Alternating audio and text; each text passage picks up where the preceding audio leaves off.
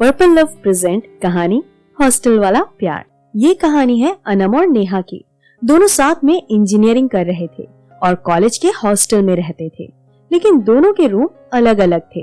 वैसे तो सभी की नजरों में दोनों बहुत अच्छे दोस्त थे, लेकिन दोनों के बीच में दोस्ती से कुछ ज्यादा ही था।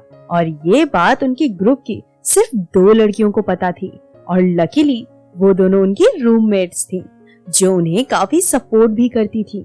शाम होते ही चारों टेरेस पे मिलते और खूब मस्ती करते।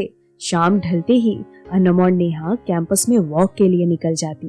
अनम को सर्दियां बहुत पसंद थी, इसलिए नेहा से जिद करके सर्दियों में भी दोनों टहलने निकल जाती। जब सभी अपने अपने रूम के खिड़की दरवाजे बंद करके रजाई में बैठे होते, तब अनम और नेहा जैकेट, मफलर, ग्लव्स पहन के एक दूसरे का हाथ थाम के फुटपाथ पे वॉक करते। चारों तरफ बस कोहरा होता। स्ट्रीट लाइट भी कोहरे में ऐसे छुप जाती मानो जैसे दूर कोई तारा टिमटिमा रहा हो।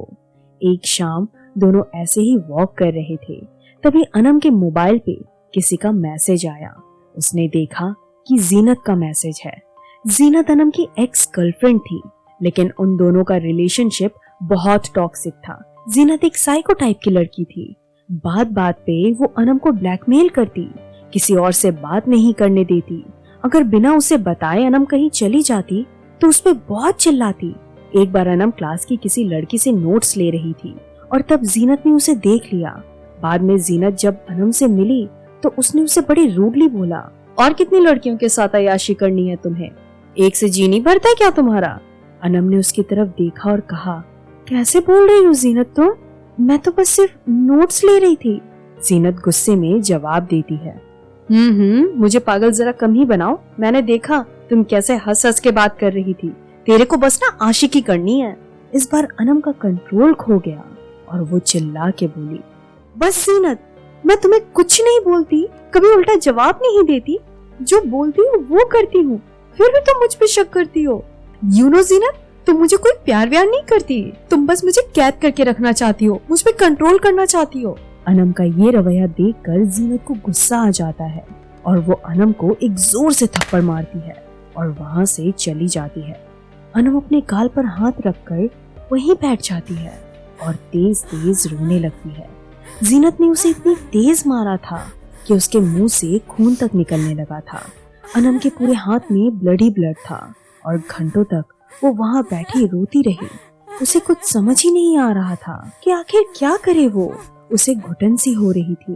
वो मन ही मन सोच रही थी, प्यार तो एक खूबसूरत एहसास है ना, फिर इस प्यार में मुझे घुटन क्यों हो रही है? आज वो अपनी दी को बहुत मिस कर रही थी। उसकी दी उसे बहुत समझती थी, लेकिन ये बात वो शेयर नहीं कर सकती थी। आज वो खुद को बहुत अकेला महसूस कर रही थी। कोई नहीं था जिससे वो कुछ बोल पाती। जीनत ने उसकी बोलचाल सबसे बंद ही कर दी थी। तभी नेहा कानों में हेडफोन लगाए गाने सुन रही थी और टहल रही थी। तभी उसकी नजर अनम की ओर गई।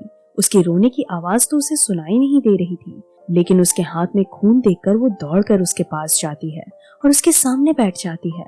अपना हेडफोन उतारती है और उससे पूछती है, हे, क्या हुआ है तुमको? ये चोट कैसे लगी? कितना खून निकल रहा है? रुको, मैं फर्स्ट एड बॉक्स लेकर आई। अनम की आंखें पूरी तरह लाल हो चुकी थी। इससे पहले कि नेहा उठ कर जाती, अनम उसे गले लगा के और तेज तेज रोने लगती है। नेहा को कुछ समझ नहीं आता।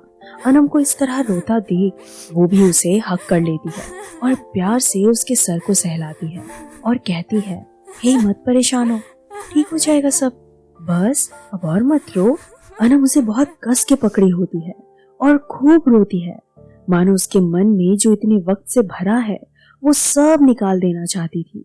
1 साल से वो जीनत के साथ इस रिश्ते में थी और हर चीज बर्दाश्त भी कर रही थी, लेकिन आज उसके इस बर्ताव से वो टूट चुकी थी। शायद इसलिए वो अपने अंदर के हर दर्द को आंसुओं में बहा देना चाहती थी। थोड़ी देर नेहा भी उसे ऐसी ही थामी होती है, बिना कुछ बोले उसे अपनी बाहों के घेरे में सेफ फील कराती है। धीरे धीरे अनम का तेज रोना सिसकियों में बदल जाता है और फिर वो थोड़ा शांत होती है। खुद को नेहा से अलग करके अपने आंसू पोंछती है। नेहा उठकर खड़ी होती है और उसका हाथ थामकर उसे खड़ा करती है और उसे लेकर वार्डन के पास जाती है। वार्डन के पूछने पर भी अनम कोई जवाब नहीं देती। फिर नेहा बोलती है, मैं म्यूजिक सुनते सुनते बैकयार्ड में गई तो देखा ये इंजर्ड है, तो मैं इसे यहाँ ले आई। उनकी वार्डन अच्छी थी, वो अनम को देख के समझ गई थी कि वो परेशान है, इसलिए वो भी उससे कुछ नहीं कहती और ना ही पूछती है। वार्डन उसकी ड्रेसिंग करती है और उसे कुछ पेन किलर्स देती है। जाते वक्त वार्डन नेहा से कहती है, बेटा ये डिप्रेस लग रही है और ऐसे में अक्सर लोग गलत कदम उठा लेते हैं, तुम उसकी दोस्त हो सो ध्यान रखना, प्यार से पेश आना, क्या पता तुम्हें अपनी प्रॉब्लम शेयर कर दे। नेहा रूम से बाहर आती है और देखती है अनम खोई सी बेंच पर बैठी हुई है। नेहा उसके पास मुस्कुराती हुई जाती है और कहती है, मेडिसिन ले लोगी तो जल्दी ठीक हो जाओगी। अनम उसकी बात का कोई जवाब नहीं देती और चुपचाप चलने लगती है। नेहा पहले उसे अपने रूम में लेके जाती है और पानी का ग्लास थमाते हुए बोलती है, चलो मेडिसिन ले लो। नेहा की रूममेट अवनी पूछती है, क्या हो गया इसे? नेहा अपने कंधों को उचकाते हुए नहीं पता का इशारा करती है। नेहा अनम से पूछती है, तुम्हारा रूम कौन सा है? अनम फिर भी कुछ नहीं बोलती। तभी अवनी जवाब देती है, अरे ये अनम है, अपनी ऋतु की रूममेट, हमारी सेमेस्टर में है लेकिन सेक्शन अलग है। पर इसे हुआ क्या है? इतनी ज्यादा डरी सहमी से क्यों है? नेहा जवाब देती है, यार ये तो मुझे नहीं पता, लेकिन तू एक काम कर, तू आज ऋतु के रूम में चली जा, ये मेंटली स्टेबल नहीं है, so I will take care of her. Neha सारी रात उसके पास बैठी होती है। अनम नेहा को एक डरे हुए बच्चे के जैसे पकड़ी होती है। डरती भी क्यों ना, घर वालों ने कभी हाथ नहीं उठाया, सबकी लाडली मस्ती करने वाली, पढ़ने में भी अच्छी थी, सो टीचर से भी कभी ना मार पड़ी ना डांट। वो इस बात को डाइजेस्ट नहीं कर पा रही थी कि उस पे किसी ने हाथ उठाया, वो भी इतना तेज कि उसके मुंह से खून आने लगा। सुबह उठकर नेहा अपनी क्लास में चली गई। थोड़ी देर बाद जब अनम उठी, उसने आईने में अपना चेहरा देखा। एक साइड उसका पूरा स्वेल हो चुका था और दर्द भी हो रहा था। इस हालत में उसकी हिम्मत नहीं हुई क्लास जाने की, इसलिए चुपचाप वो नेहा के बेड पे आके लेट गई। जब ब्रेक हुआ तो नेहा अनम को ढूंढते हुए उसके क्लास में गई, लेकिन वहां उसे अनम नहीं दिखी। नेहा समझ गई कि उसने क्लास अटेंड नहीं की। उधर जीनत भी अनम को पागलों की तरह ढूंढ रही थी। तभी जोर से कोई दरवाजा नॉक करता है, जिसे सुनकर अनम एकदम से डर जाती है, लेकिन कोई जवाब नहीं देती। दोस्तों इस पार्ट में तो बस इतना ही, लेकिन अगले पार्ट में हम जानेंगे कि आखिर दरवाजे पर कौन था।